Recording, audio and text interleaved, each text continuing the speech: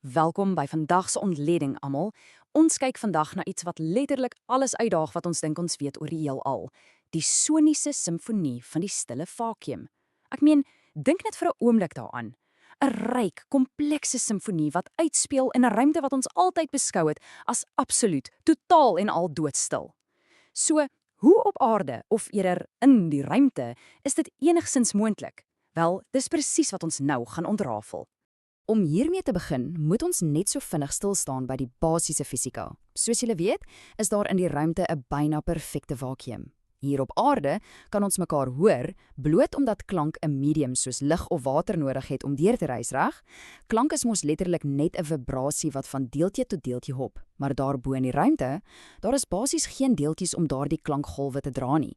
Dis 'n absolute fisiese leemte. So, as jy by jou ruimteskip sou dryf en uit volle bors jou gunsteling liedjie begin sing, wel, absoluut niemand gaan jou hoor nie. Dis die fundamentale, absolute stilte van die kosmiese leemte wat ons almal so goed ken. Maar wag, dit bring ons natuurlik by 'n massiewe vraag. As die ruimte regtig hierdie absolute vakuum is, hoe die US hoor wetenskaplikes dit dan? Hoe kry mens inligting oor klank uit letterlik niks uit nie? OK, kom ons duik hier in want dis presies waar die werklike misterie begin. Deel 1. Die ontdekking van onsigbare kosmiese golwe. Hier is die groot kinkel in die kabel. Daardie leë vakuum van die ruimte is tog glad nie so leeg nie. Ja, dit lyk miskien leeg vir ons oë en dit klink beslis leeg vir ons ore, maar die ruimte is eintlik propvol ander dinge. Alhoewel klankgolwe nie daar kan reis nie, wemel dit van elektromagnetiese golwe. Ons praat van dinge soos radiogolwe, plasmagolwe en magnetiese vibrasies. Hierdie sene rits oral rond. Hulle kom van planete, sterre, selfs massiewe swart gate af. En ruimteagentskappe soos NASA tel heeltyd hierdie data op. Hulle stuur ruimtetuie wat propvol hoogs gespesialiseerde instrumente is om net hierdie onsigbare, onhoorbare vibrasies op te spoor. Die ruimte is dus glad nie stil nie. Dis eintlik 'n bynus van aktiwiteit, net op 'n frekwensie wat ons nie direk kan ervaar nie. Deel 2, die vertaling van data na klank. Maar jy sien, daar's 'n vangplek. Hierdie rou syne wat opgevang word, is glad nie audio nie. Dis bloot data. Syfers, grafieke, rekenaarkode. En dit illustreer op 'n briljante manier 'n sleutelbegrip vir vandag: sonifikasie. Dis die proses wat wetenskaplikes gebruik om hierdie rou elektromagnetiese data vanuit die ruimte in hoorbare klank te omskep. Dis basies die brug wat wetenskaplikes bou tussen onsigbare, abstrakte data ver in die kosmos en ons eie menslike ore. Sonder hierdie sonifikasieproses sou hierdie inligting vir ewig verby ons gegaan het. So, hoe presies werk dit? Dis eintlik 'n baie logiese 3-stap proses. Nommer 1, ons vang daardie radio of plasmagolwe vas met die instrumente op ons ruimtetuie.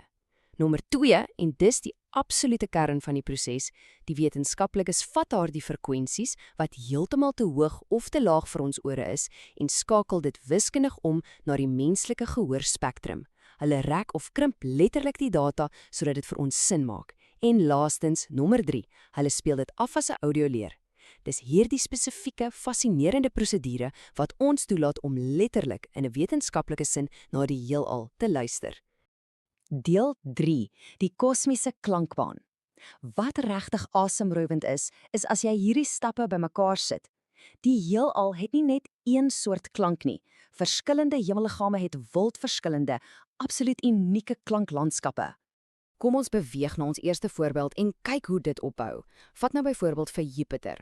Omdat Jupiter so 'n massiewe magnetiese veld het, produseer dit ongelooflik kragtige radiogolwe. En as jy daardie data deur die sonifikasieproses sit, wow, dit klink so organies. Dit klink letterlik soos 'n dawerende wind wat waai of reuse seegolwe wat breek. Dit voel natuurlik, asof jy op die strand van 'n kosmiese oseaan staan. Maar dan, in skerp kontras daarmee, kyk na Saturnus. Waar Jupiter klink soos die natuur, klink Saturnus heeltemal anders. Dit straal hierdie onheilspellende, amper wetenskapsfiksie-agtige fluite en geknatter uit. Dit klink heeltemal sinteties, amper soos iets uit 'n thriller van die 80er jare. Dit wys net weer eens dat elke planeet se magnetiese en elektriese omgewing heeltemal uniek is en al eie eksklusiewe handtekening agterlaat. Maar ons hoef nie eers so ver die ruimte in te vaar om vreemde goed te hoor nie. Kom ons bring dit gou terug huis toe. Ons eie planeet, die aarde, het ook sy eie ongelooflike ruimtelike klankbaan. Hierdie klanke kom van dinge soos weerligverwante radio-uitbarstings en daardie pragtige auroras wat 'n mens by die pole sien. Dit skep sulke fluitende, knetterende geluide. Dis regtig 'n vreemde kombinasie van bekend voel omdat dit ons planeet is, maar terselfdertyd klink dit heeltemal buiteaards. Goed, ons het na planete gekyk, maar kom ons gaan so 'n bietjie dieper die kosmos in. Hier is een van die mees beroemde gevalle van sonnifikasie ooit. Wetenskaplikes het data ontlees van 'n supermassiewe swart gat in die Perseus sterrestelsel swarm. En die resultaat? 'n ongelooflike diep, spookagtige gedroeien. Dis die tipe klank wat jou letterlik hoendervleis gee. En eerlikwaar, dit pas so perfek by die idee van massiewe vernietigende kragte daar buite in die donker. Nou, wat regtig interessant is van hierdie nommer, is die absolute skaal van hierdie klank. Daardie diep gedreun van die Perseus swartgat moes massief opgeskaal word sodat ons dit kon hoor. Hoekom?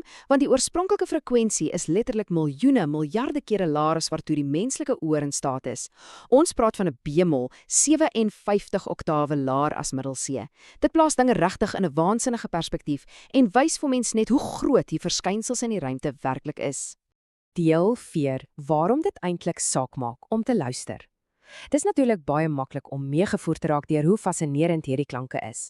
Maar ons moet dit altyd terugbring na formele wetenskap. Hoekom spandeer navorsers presies soveel tyd en geld hieraan?